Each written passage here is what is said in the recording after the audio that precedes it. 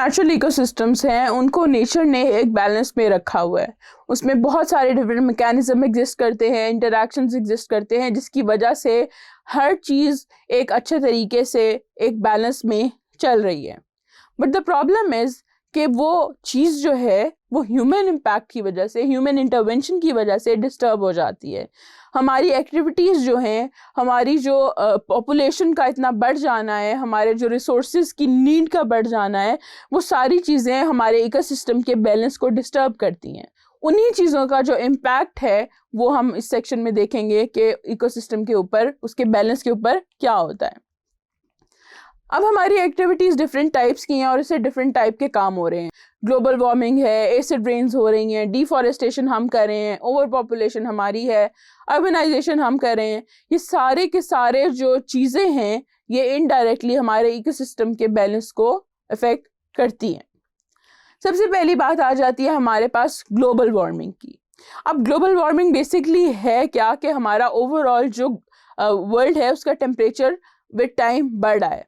Global warming होती कैसे है? वो ऐसे होती है कि हमारे एनवायरनमेंट में ग्रीन हाउस गैसेज ऐड हो रही हैं। ग्रीन हाउस गैसेज क्या है? हमारे पास कार्बन डाइऑक्साइड, मीथेन, ओजोन, ये सारी चीज़ें एटमॉस्फेयर में ऐड होती हैं। They increase the temperature of the earth. अब ये अर्थ का टेम्परेचर रेज ऐसे करती हैं कि they stay in the lowest part of the earth atmosphere. वहाँ से जब सोलर रेडिएशंस हमारे अर्थ तक पहुँचती हैं और उन्हें रिफ्लेक्ट बैक होना होता है, तो ये वाली जो गैसेस हैं ये they act as a shield और वो उन रेडिएशंस को वापस नहीं जाने देती। जब ये उन रेडिएशंस को वापस नहीं जाने देती तो हमारे अर्थ में ही वो रुक जाती हैं, वहाँ स्टे करती हैं, जिसकी वजह से हमारे अर्थ का जो टेम्परेचर है that is increasing day by day. तो ये ग्लोबल वार्मिंग जो है ये हमारे अर्थ पे बहुत सारी चीज़ों के बैलेंस को डिस्टर्ब कर रही है। हमारे यहाँ बहुत सारे स्पीशीज़ हैं जो एक्सटिंक्ट होती जा रही हैं। हमारे जो ओवरऑल जहाँ आइस कैप्स हैं वो मेल्ट हो रही हैं। तो those things can cause massive floods as well. Species ख़त्म होते जाएंगे ओवर टाइम, तो ये एरिया बहुत सारे एरियाज़ ऐसे हैं जो इनहेबिटेबल नहीं रहेंगे, वहाँ पे कोई इकोसिस्टम एग्जिस्ट ही नहीं करेगा। तो इस तरह से ग्लोबल वार्मिंग हमारे इन्वायरमेंट को इफेक्ट कर रही होती है। अगली बात आ जाती है हमारे पास एसिड रेन्स की। अब एसिड रेन्स क्या हैं कि हमने अपनी एयर को इतना पोल्यूट कर दिया है कि जब रेनफॉल होती है तो वो कुछ केमिकल्स जैसे कि ऑक्साइड्स हैं सल्फर की और नाइट्रोजन की, उनके साथ रिएक्ट करती है। अब ये इंटरेक्शन जो है वाटर वेपर से जब होता है in the presence of sunlight, तो वो सल्फ्यूरिक एसिड और नाइट्रिक एसिड बना देता है।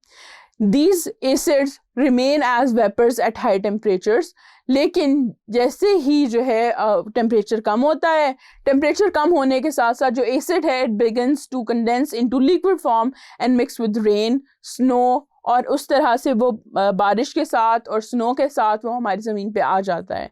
अब ये जो एसिडिक रेन होती है इसकी pH रेंज होती है 3 से लेके 6 तक।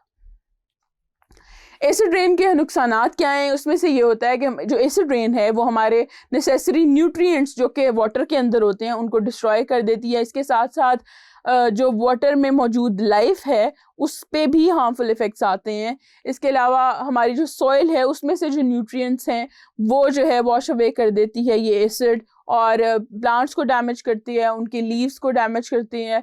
जो मेटालिक सर्फेसिस होती हैं जो एक्सपोज होती हैं एसिड रेन से, दे आर इजीली कोरोडेड। जैसे हमारे ब्रिजेस वगैरह हैं, मेटालिक स्ट्रक्चर्स हैं, बिल्डिंग्स में जो चीज़ें यूज़ हुई होती हैं वो। फिर फैब्रिक, पेपर और लेदर प्रोडक्ट्स जो हैं उनकी मटेरियल स्ट्रेंथ जो है वो कम हो जाती है। जो बिल्डिंग मटेरियल्स हैं, लाइमस्टोन, मार्बल, ये जो हैं ये वीकेंड हो जाते हैं, उनकी जो ये डिसइंटीग्रेट हो जाते हैं। तो ये सारे के सारे मसाइल जो हैं वो एसिड रेन के साथ आते हैं, एंड ये हमारा इम्पैक्ट है नेचुरल इकोसिस्टम पे और इस तरह से हम उसको ट्रीट कर रहे हैं। फिर as if acid rains were not enough, तो हमने डिफॉरेस्टेशन भी बहुत ज़्यादा की है। डिफॉरेस्टेशन का मतलब है clearing of forest by natural causes और ह्यूमंस। नेचुरल कॉजेज ऐसे होता है कि समटाइम्स नेचुरली आग लग जाती है, कहीं पे अर्थक्वेक्स आ गए तो वो पूरा रीजन जो है वो तबाह हो गया, फ्लड्स आ गए, ये नेचुरल कॉजेज है। लेकिन ज़्यादातर जो डिफॉरेस्टेशन हो रही है वो ह्यूमंस जानबूझ के कर रहे हैं। क्यों? क्योंकि उन्हें एग्रीकल्चर के लिए जगह चाहिए, उन्हें फैक्ट्रीज लगाने के लिए जगह चाहिए, उन्होंने सड़कें बनानी है, उन्होंने ट्रेन की पटरियां बिछानी है। ये सारे काम हम लोगों ने करने हैं। क्यों? क्योंकि हमें ज़रूरत है। क्यों? क्योंकि हमारी पॉपुलेशन बहुत ज़्यादा हो गई है, उसके लिए हमें और रिसोर्सेज चाहिए। अब डिफॉरेस्टेशन हो रही है ओवर पॉपुलेशन की वजह से। ओवर पॉपुलेशन जब इंडस्ट्रियल रेवोल्यूशन स्टार्ट हुआ 250 साल पहले, तो जो वर्ल्ड की पॉपुलेशन थी दैट वाज ओनली 600 मिलियन। अब अगर हम ऐसे कहें तो हमें लगता है बहुत ज़्यादा लोग थे उस टाइम भी, बट अब जो वर्ल्ड की पॉपुलेशन है it is 10 times at 6 billion and it will grow 8 billion by 2025। ये जो स्टेटिस्टिक्स आपकी बुक में दिए हुए हैं ये थोड़े ओल्ड हैं, जब अब जो है हम ऑलरेडी ये माइलस्टोन्स जो हैं वो अचीव कर चुके हैं। अब इतने सारे लोगों के लिए हमें हाउसिंग यूनिट्स चाहिए, हमें लकड़ी की नीड ज़्यादा है, हमें जगह की नीड ज़्यादा है, वो हम पूरी कर रहे होते हैं डिफॉरेस्टेशन से। अब ये ओवर पॉपुलेशन हुई क्या है, क्यों है? इसलिए कि हमारी जो मेडिकल फैसिलिटीज़ हैं वो काफ़ी एडवांस हो गई है, हमारी जो रिसर्च है वो एडवांस हो गई है, कि मोर्टेलिटी रेट जो है वो कम हो गया है।